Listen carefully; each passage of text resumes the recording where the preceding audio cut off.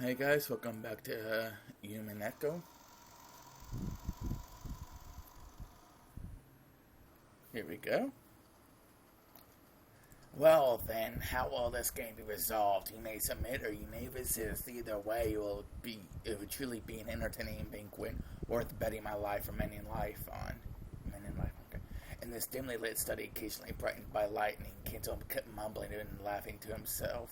On the antique clock with the intricate design that had been sitting on his desk, the two overlapping hands tilted to the right and began to slide. The measurement of time that had counted up to 24 had returned to zero and had begun to count back again. Measuring time is a brutal thing. It drags itself all the way to 24 over the course of a day and then returns back to zero. It certainly did count at 23:59. However, is it ever able to reach 2400 or 24 o'clock or 24 p.m.? I don't know. If you conclude that it returns to, I guess, midnight again without reaching 24, how futile it must be. But perhaps a person's life is the same. You live maiming for a perfect 24, and instant you reach it, you turn to zero. People will probably raise the departed saying that he did reach 24, but he most certainly did not. In the end, he's a zero. I'm different. I will live and reach 24. That itself is the golden land, for that is where Beatrice dwells. Kenzo had been fumbling around with some tarot cards for some time. It looked as though he was trying to divine his own luck with the contest, doing it over every time he didn't like the result. The most forbidden action in tarot reading is trying to predict the same thing twice. To do so is ridiculous the results of fortune telling, and also desecrates those beings higher than humans that give revelations to the tarot cards. However, Kenzo knew tarot cards shouldn't be used twice because, since they're nothing more than a random number generator, reading them twice will naturally cause a different result to appear. Therefore, reading them twice was only forbidden to preserve the mystique of the tarot cards results. However, that didn't mean that Kenzo didn't take tarot reading seriously.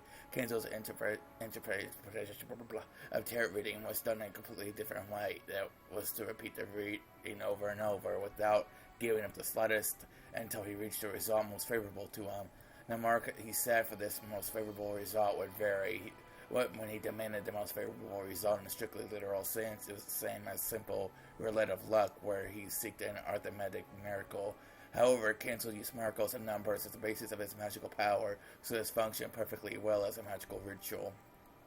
In other words, until the result he desired appeared perfectly, he would strive to repeat the tarot readings over and over with conviction, turning the feelings of his heart into prayers, so that when they reached the heavens, they would sublimate it into the results. This was in Kenzo's personal magic interpretation. Therefore, even though Kenzo's tarot cards were no different from those generally used, in no way in which they were used is completely different. Tonight will not go as I thought. Kenzo stopped his hands for a second. He seemed not to be getting the results he wanted. On the contrary, bad cards that shouldn't show up so often appeared repeatedly and continued to interfere with the miracle Kenzo wished for. If that is that how it is, Kenzo seemed to have received some revelation that was different from normal. But judging by the unlucky cards scattered across his desk, it was difficult to imagine that the omen had been a good one. For a while, Kenzo closed his eyes tightly, pondering something. Then, as the thunder roared, he made up his mind about something, took the telephone receiver and dialed. "It is I. Is Genji there? An urgent matter has come up."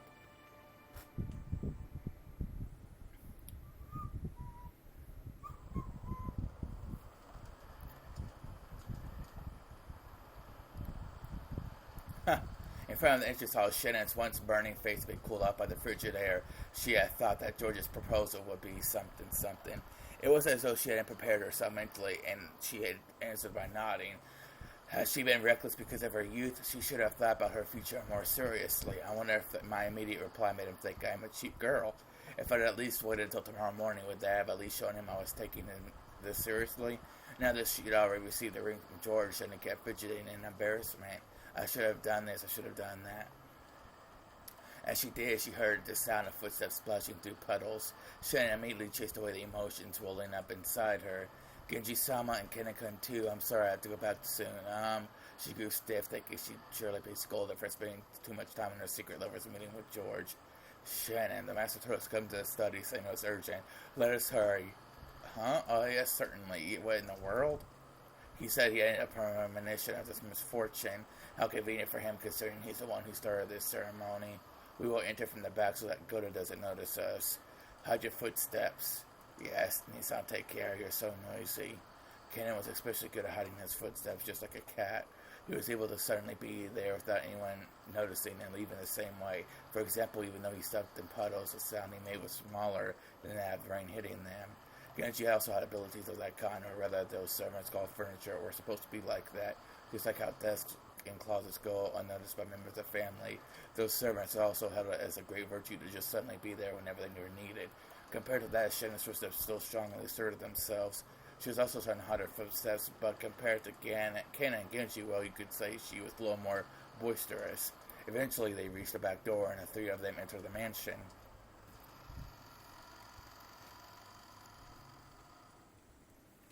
Immediately, they thought they felt something. It was different from the sense of smell, and it seemed to hit the depths of their noses.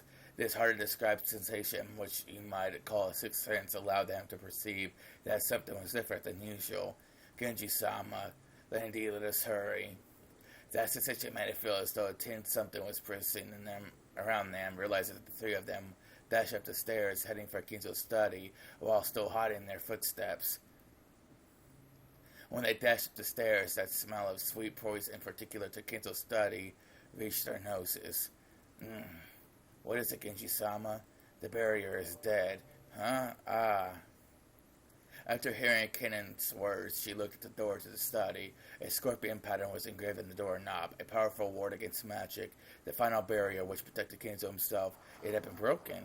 Of course, there was no change to the doorknob that I could see. However, those who could understand things people couldn't perceive, who could, anyway, were able to recognize that dramatic change had occurred. Master, it is I, Genji. Please open the door. Genji called in this way after knocking several times, but there was no answer from the study.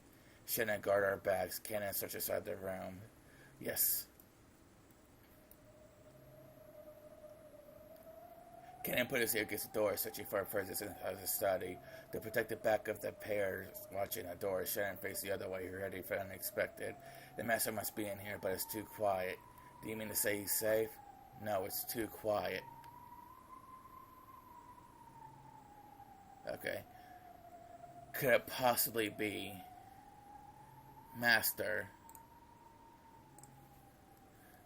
Excuse us about the door. Genji pulled a gold key out of his pocket. It was the only key to the study that existed other than the one Kenzo had. He stuck it in the keyhole and turned it heavily. At first glance, it seemed to prove that it was a sturdy lock. However, not that the barrier had been destroyed, this door might as well have been left open from the viewpoint of anyone with magical power. The heavy sound just now meant that the door had now been opened even for humans. Excuse me. As Genji respectfully bowed his head and Ken's sense of tension grew tighter and Shannon trembled, they entered the study. They immediately discovered Kenzo's figure. He was sitting on the reception sofa so that his back faced them.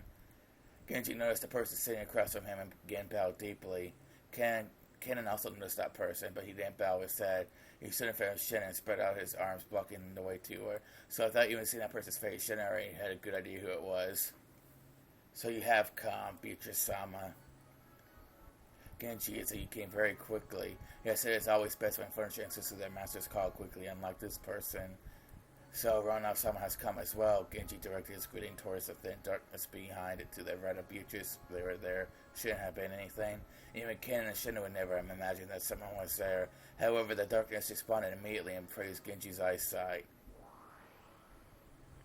As usual, you don't disappoint. It's been quite some time. Still, you've grown old, haven't you? Have so many years truly passed you by? My days have been full and satisfying. It appears you have been living quite a full life yourself, Ronald-sama.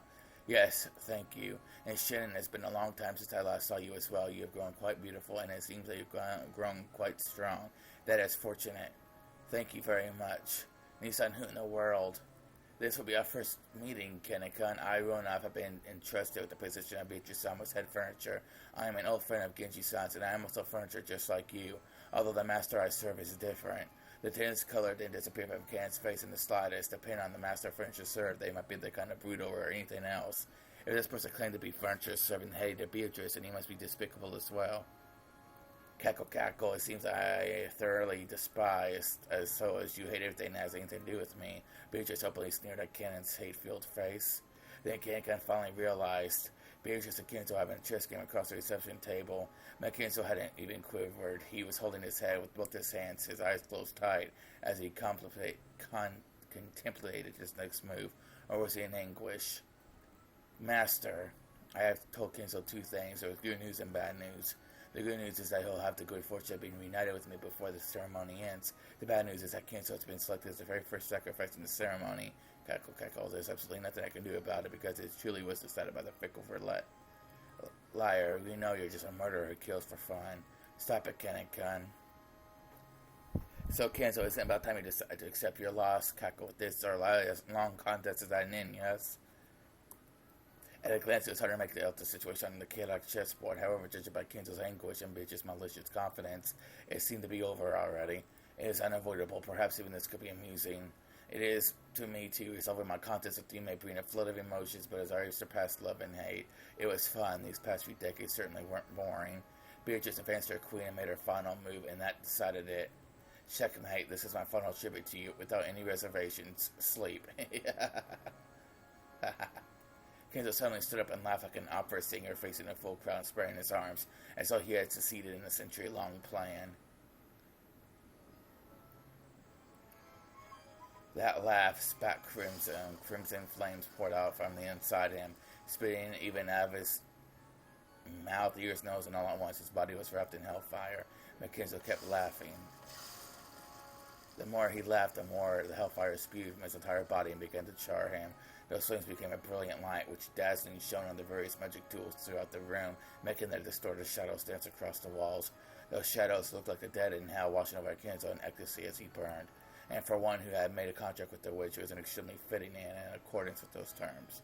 After laughing and howling in roaring flames for some time, Kenzo flopped to the ground as though he was a puppet whose strings had been cut. Those incredible blazing flames disappeared as though he'd been completely burned up.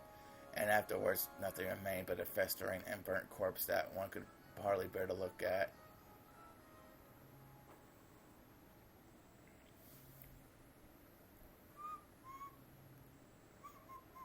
Horrible. You should talk, like as if you didn't think there was a fitting way for him to die. Why have you shown yourself? Do you have some business with us? Stop it, Kaneka. You must have provoked Beatrice-sama. You would seem to get absolutely terrified. Pukukuku. I imagine I'll never get along with Cannon. Hey, it's not as though I dislike you particularly. Beatrice grinned. Cannon violently averted his gaze, obviously unhappy. His reaction was so different from what he wanted to do that it made the witch and her butler laugh. Cannon, you stand in the presence of Beatrice-sama. Carefully consider your manner of speech. Oh, I care not, Genji. Let him say what he pleases, and I am gracious. How are you gracious? I am always gracious to those who are about to die. Cackle. Cannon was taken aback by that creepy laughter. Beatrice wasn't here just to take Kenzo's life. The first twilight required 6 sacrifices. Kenzo alone wasn't nearly enough, and they just casually walked in here. Cackle, cackle. Fear not, Cannon. It isn't as though you'll be selected as sacrifices just because you came here. After all, you were called here because you had been already selected already. What? Their instincts are good enough to spot her meaning instantly. 6 sacrifices were required for the first twilight. After Kenzo, how many more people would you need to add up to 6? In this mention, the number of 5 instantly made them think of the number of servants here. Is that what you desire? Indeed, thank me, furniture. Tonight your days of suffering will finally end. You have to thank me for coming here to tell you this. Certainly, if that is your desire. Genji-sama. Genji had agreed to the witch's heartless announcement with his usual demeanor without raising an eyebrow. Now that the master is dead, Beatrice-sama is our master. Responding to her demand shall be our final duty. Shannon and Cannon, you have done well serving until today. That hard work is over now. As I expected of you, Genji, as your fellow furniture, I'm proud to have known you. Shannon, do you have any objections? No. I heard that George-sama gave you a ring. Do you still say that you have no regrets? Yes, that blessing was more than furniture deserves. Just receiving the ring has already satisfied my feelings. Shannon couldn't take as quite as much of a philosophical view as Genji. There probably were regrets left in her heart. She probably wanted to spend a little more warm time with this person she cared for, George. But she realized herself from that, or released. She took a single deep breath and blank expression rose to her face. Very well. It does surprise me a tad to find that you have gained such composure, Shannon. It seems you have too taken a philosophical view as furniture. Won't you at least shed some bitter tears for not being able to spend a night with the man you love? What a boring woman. This feeling cannot be understood by the likes of you, Beatrice Sama. If you desire our lives, please accept them. We will solemnly carry out that duty. Very well. Excellent put. Pukuku, just type of person Beatrice Sama can handle. She's been taking such a far-sighted view of things lately. I must have tormented her too much last time. Speaking of which, then I do the same to Battler. Am I still soft, or is it the way I corner them lacking? In any case, she's just no fun. However, it seems you'll still entertain me, right? Kennen-kun. Compared to the two whom had taken a far-sighted approach, there was a painful anguish on Kennen's face. Kennen was still far too young to accept his demise after being told of it suddenly by appearing by which. Kennen, I hate boredom more than anything, and the fact that the other two have obediently accepted their death isn't amusing at all, so I hope you don't betray my expectations. Are you trying to make me your plaything? Kennen realized he was being provoked. However, no matter how furiously anger spurred him on his opponent was a witch, he was furniture. He hadn't had a chance of victory from the beginning, but the witch was expecting that he'd struggle in vain and ride around, and he was even looking forward to it. Just thinking about that was frustrating enough to get his blood boiling. Was like disappointing the witch by refusing to resist like the other two. The only way he could strike back at her.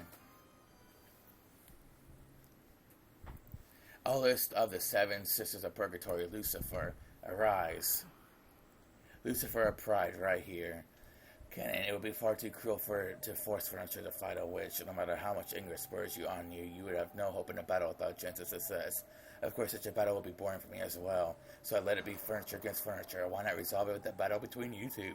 That should be enough to allow you some hope for victory, right? Forgive me, Beatrice Sama, but how could I be any inferior to this good-for-nothing furniture? As if this cutie would have a chance against me.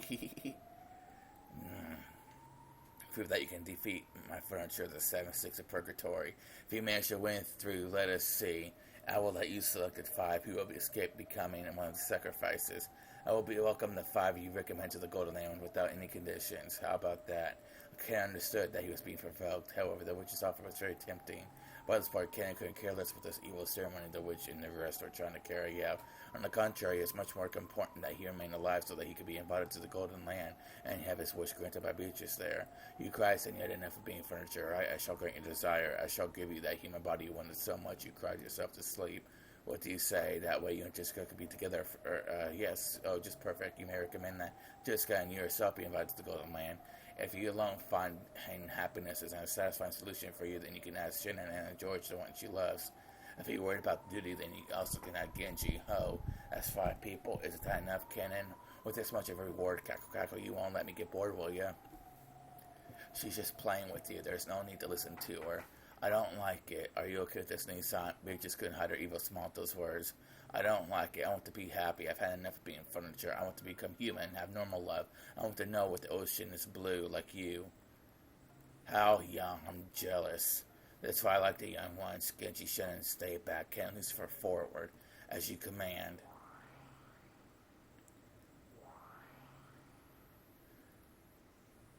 He.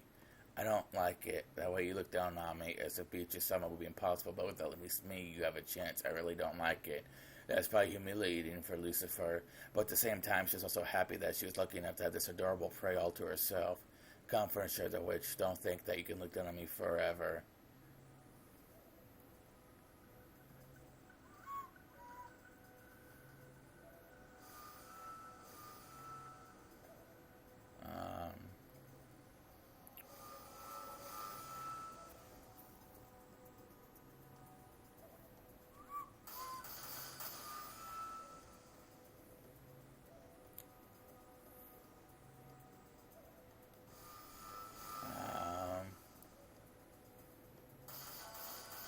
Yada. Okay, so Battler. Is it that fun show? Cackle. Damn it, another weird thing's happening like I'd ever believe in a magic battle. Look, don't turn your eyes away, look at it. Look. It's magic, it's furniture, no matter how much you try to deny me magic. Look. If you've got all this happening right in front of you, it'd be a waste to miss it, don't you think? Look, just stop thinking. Magic exists. This is fantasy. Don't close your eyes. Look closely. Look. Damn it. I don't want to accept witches. I want to accept magic. But if it's be done right in front of my open like that, what am I supposed to say? Damn it.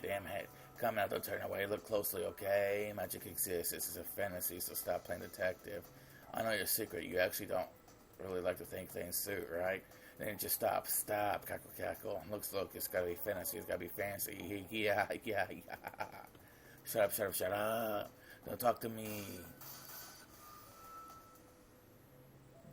This guy's getting stubborn. I want you to apologize or crawl on the ground right now for being so conceited that you could beat me. If you did, I wouldn't mind forgiving you, okay? Then you wouldn't have to have your skin ripped off while you're still alive or get lashed all over your body as you squirm until you die.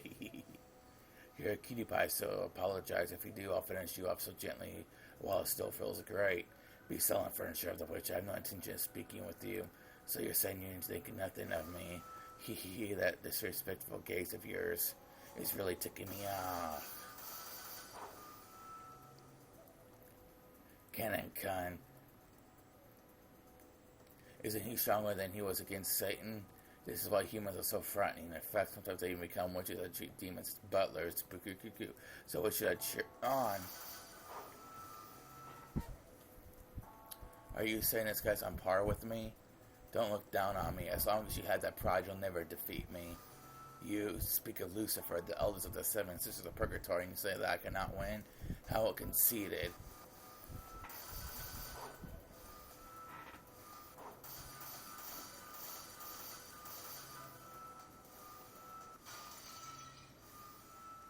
What? Kenan was desperately trying to stay alive, and he had this strong desire to become human. But Lucifer didn't feel anything stronger than that slight desire to play, so that led to an inevitable result. It was a result that could be reached by the power of humans, the power of the heart. That's as far as you go. You cannot win against me. The glowing red curve extended straight out from Kenan's arm, pointing at Lucifer's throat just beneath the tip of her chin. What is this? How could I? There must be some mistake. As she ground her teeth in irritation, she tried to deny the truth right before her eyes. But no matter how much she believed in her own superiority, it didn't change the facts right in front of her. Oh, well done, kid. And wonderful you haven't bored me. How pitiful my furniture is compared to that. Cackle, cackle. Lucifer, you are boring, my lady. Was this opponent really too much for you to handle? I'm disappointed at the 7 stakes. Yeah. It would have seemed more like a rebuke to an outsider. However, furniture serving the witch knew what kind of severe treatment was promised by that rebuke, and understood what had been left unsaid. Wow, you good for nothing furniture. She howled, abandoning her last bit of pride. She made her body explode, exposing her true form. That form was a demon stake which bounced off the walls surrounding the room. How could you shame me so much? Kill, you blockhead, even though you can't even follow my movements anymore. I won't play around anymore. I'm seriously mad. I'll pierce your heart in one blow. I'll plow right through you, making a fountain of bright red blood reaching the ceiling. Die! Cannon.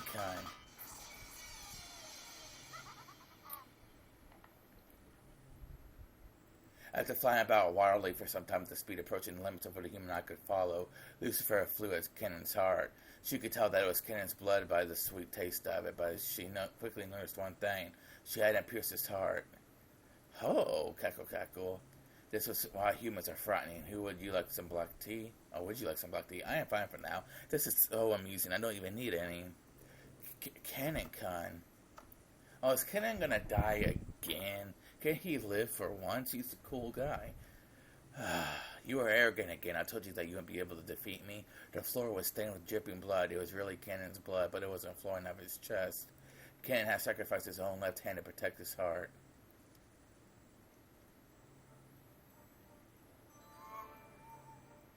Lucifer was arrogant, even though she gave it enough time to realize that this was an opponent capable of cornering her and her prize. She had believed him to be worthless.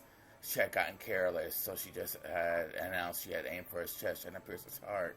Because she was arrogant, she hadn't even thought of aiming for somewhere other than the place she had announced, though maybe she had thought about it a little. However, her pride would not allow her to aim for a different spot. After all, she was Lucifer of pride. Canyon, withstanding the pain, grasped the demon's stake, stuck it in deep into his left hand, strongly with his right hand, and pulled it out. When she heard the sound of breaking bones, even more blood dripping down, she looked away reflexively. There was an air hole in the pitch back of the pierced hand, so they could clearly see through to the other side. Canaan's face was filled with pain, but right now he had won without a doubt. The demon stake he was grasping with his right hand turned back into Lucifer again, so that Canaan was now gripping exactly where her neck was. Gag. It's my victory, Beatrice. Kenan didn't hold back at all with the hand gripping Lucifer's throat. She had challenged him again after their fight had already been decided. Kenan had no obligation to be considerate. Even though so, Kenan released the witch's furniture. Was it his naive humanism, his pity for another furniture, or his final bit of respect to the witch? In any case, when she was released, Lucifer fell down on the ground, wretched and moaning over the pain in her throat. Spectacular, Kenan. Your great efforts have proven the correctness of some of the King's research. Roanoke was clapping his hands to Kenan, who had won at great cost and had a wound on his left hand when it closed. Roanoke's applause only felt like mockery. All possibilities dwell within the human heart, was it? My, this is why humans are frightening. Well done, Kenan. You were victorious. Spectacular. Ha, ha, ha. Are you okay, Kenan-kun? Shannon ran up to him and wrapped a handkerchief around his left hand, which is still spraying blood. That was incredible, Kenan. Truly incredible. Even I was hoping at least a little for an upset that you didn't let me down. It makes you truly splendid furniture. Cackle, cackle. I bet they could be better of you now. Honestly, I think better of you. You haven't forgotten our promise, right, Beatrice? Indeed, of course, I've forgotten witches and demons would be inhumane, but however, we are much more noble than humans when it comes to keeping promises. I will not go back on my word. I guarantee that if you won, I would give you the right to decide of the 5 people who have escaped becoming 13 sacrifices. Beatrice, somehow, it's not like I... oh, law. When Beatrice waved her pipe, heaven and earth turned over just for Lucifer. As a horrible natural result, she fell onto the ceiling. The ceiling doesn't seem that high to people standing on the floor. However, people who fall on it upside down and head first don't usually agree. My lady, is it a little much? Cackle, cackle. Perhaps you are right. I suppose I'll forgive her. Beatrice waved her pipe again. When she did, the magic that had been effective, Lucifer was relieved. So, as a horrible natural result, this time she fell properly back onto the floor. Nice.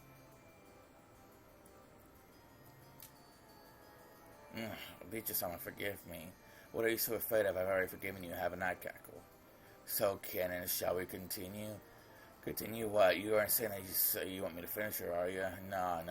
It isn't over yet, right? What isn't? Stop dodging the question. I did promise you your word and I if you could defeat my furniture, the 7-6 of Purgatory, right?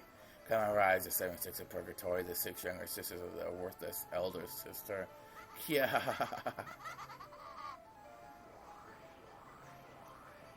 Whoa.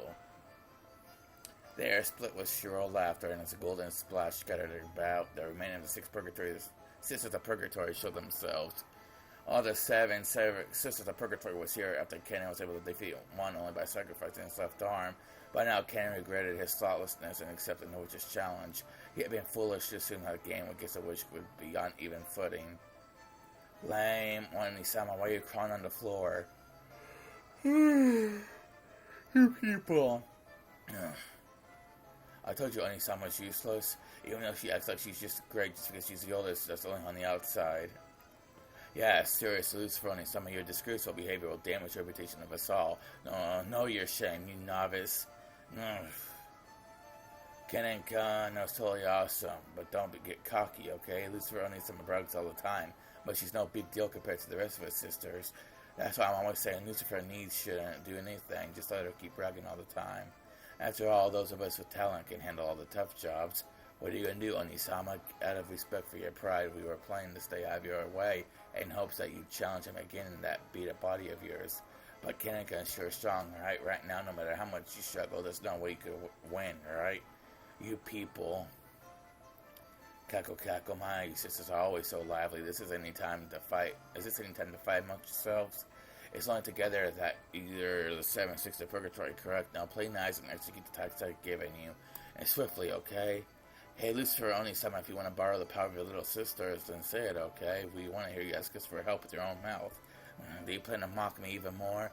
I, the foolish, weak, ugly, and shameful Lucifer, the eldest sister, beg my younger sister to save me. Come on, let's hear it. If you let us hear that, we'll save you. Okay, everyone? You bitch. The 7 sisters of Purgatory unanimously closed in on their worthless sister, abusing her. Even Kenan had been fighting for his life until a second ago, couldn't bear to look at it. As if I could say something like that. Quickly now. Clearly, we won't make any progress with you alone. Hurry up to let the Seven Sisters strike cannon. Bukuku. My, what's the matter, Lucifer? This is an order from my lady, is it not? How cruel. After grinding her teeth for over and over, hearing sister's curse, Lucifer trembled all over and answered her sister's request. I, the foolish, weak, ugly, and shameful, Lucifer, the eldest sister, begged, the girl, known as Pride, was finally unable to endure the words she was saying and broke down crying. However, the 6 younger sisters kept giggling cold-heartedly.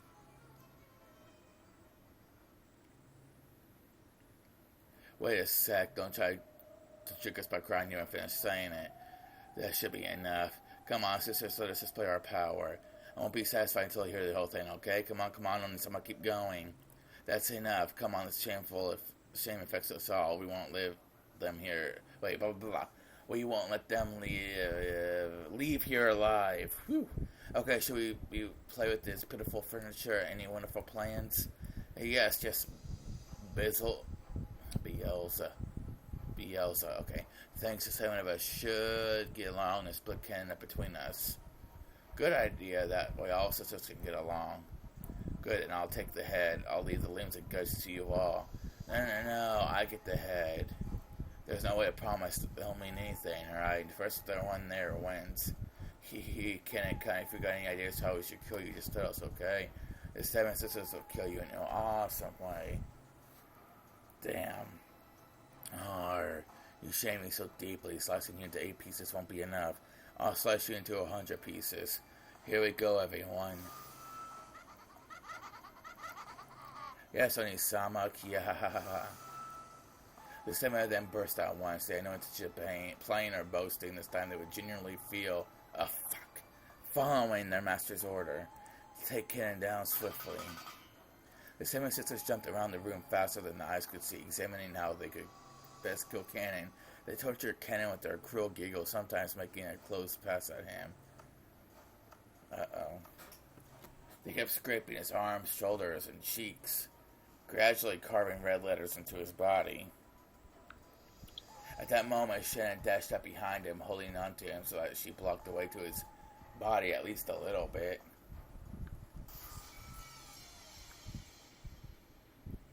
Ain't that the mirror thing? At the same time, a red cylinder wrapped around the 2 of them like a beam of light sent from heaven. The cylinder repelled the evil ones who tormented Cannon. What? You mean that's nothing to do with you? I see. You must want to play with us. Yeah, then I'll take it. All mine. Beatrice, so can we take Shannon as our prey? I don't mind. Do as you like. It seems Cannon alone won't be enough to satisfy your gluttony. You have our deepest gratitude. Come on, I'll make you regret coming out uninvited. I'll turn you into scraps of meat so unrecognizable you won't be able to tell which is which. Mince you into hamburgers. Idiot, breaking that barrier should come first, right? Don't let your gluttony get in the way of your job. Yes, Oni-sama. As a horrible natural first action, the 7 sisters began to destroy the barrier Shannon had created. Shannon's barrier certainly was strong. It was powerful enough to impress even Beatrice. With this strength, frail furniture would be turned to dust just by touching it. And it was firm like a tree with deep roots. But no matter how big a tree gets, it will eventually surrender to a saw or a hatchet. For the 7 sisters chop it down, Shannon's barrier will be annoying but not impossible. Ooh, cool. It sounded like beetles jumping about grew even fiercer and filled the room. The red barrier began to cut up and eroded away as a throw and within hatchet I saw. No, a chainsaw by now.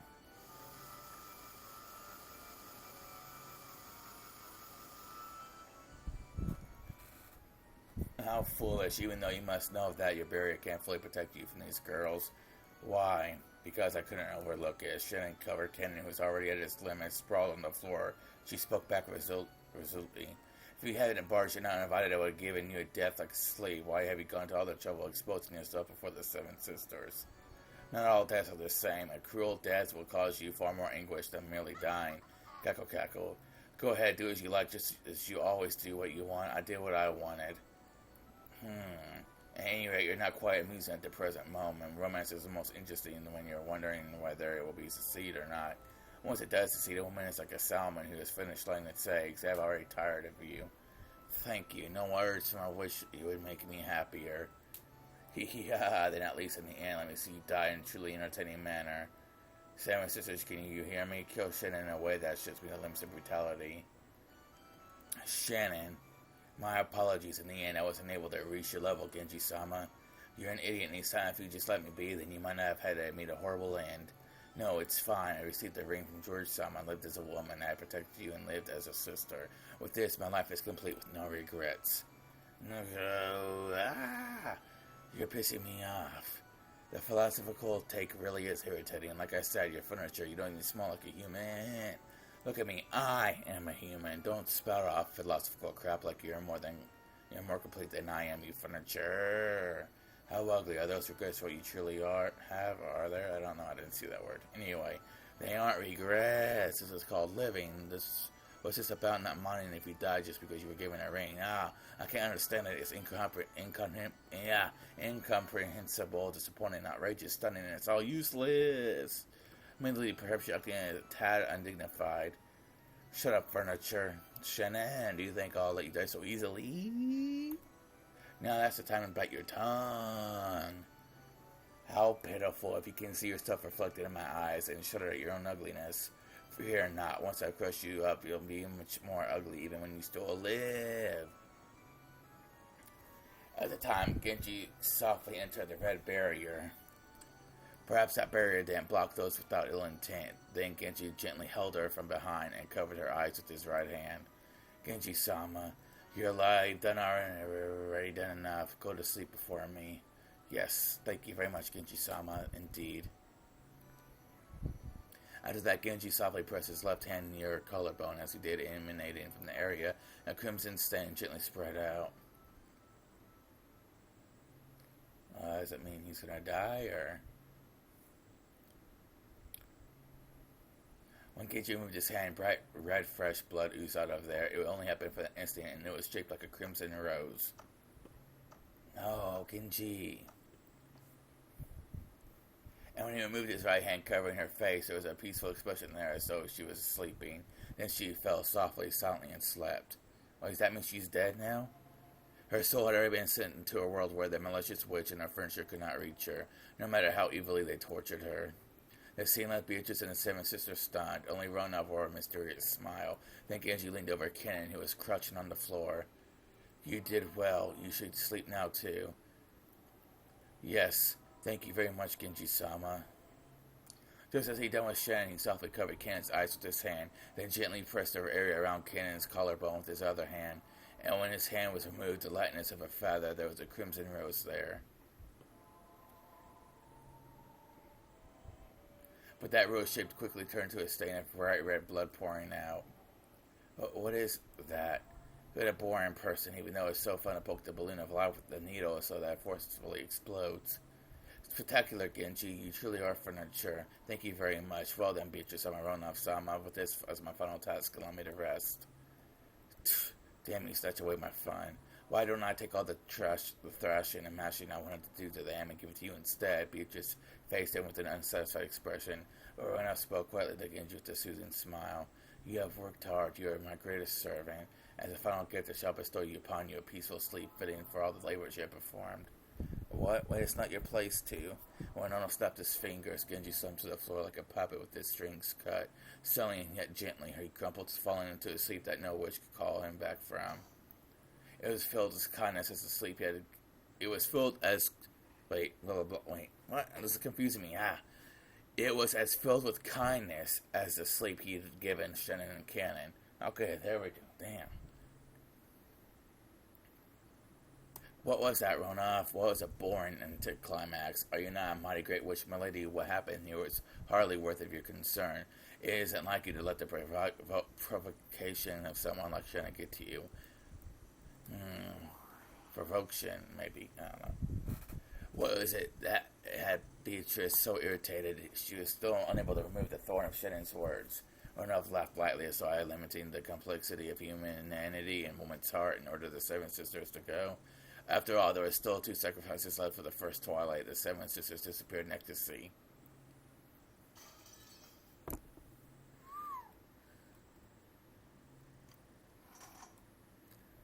Okay, guys. Well, I'm going to be ending the video here, and I will see you guys later.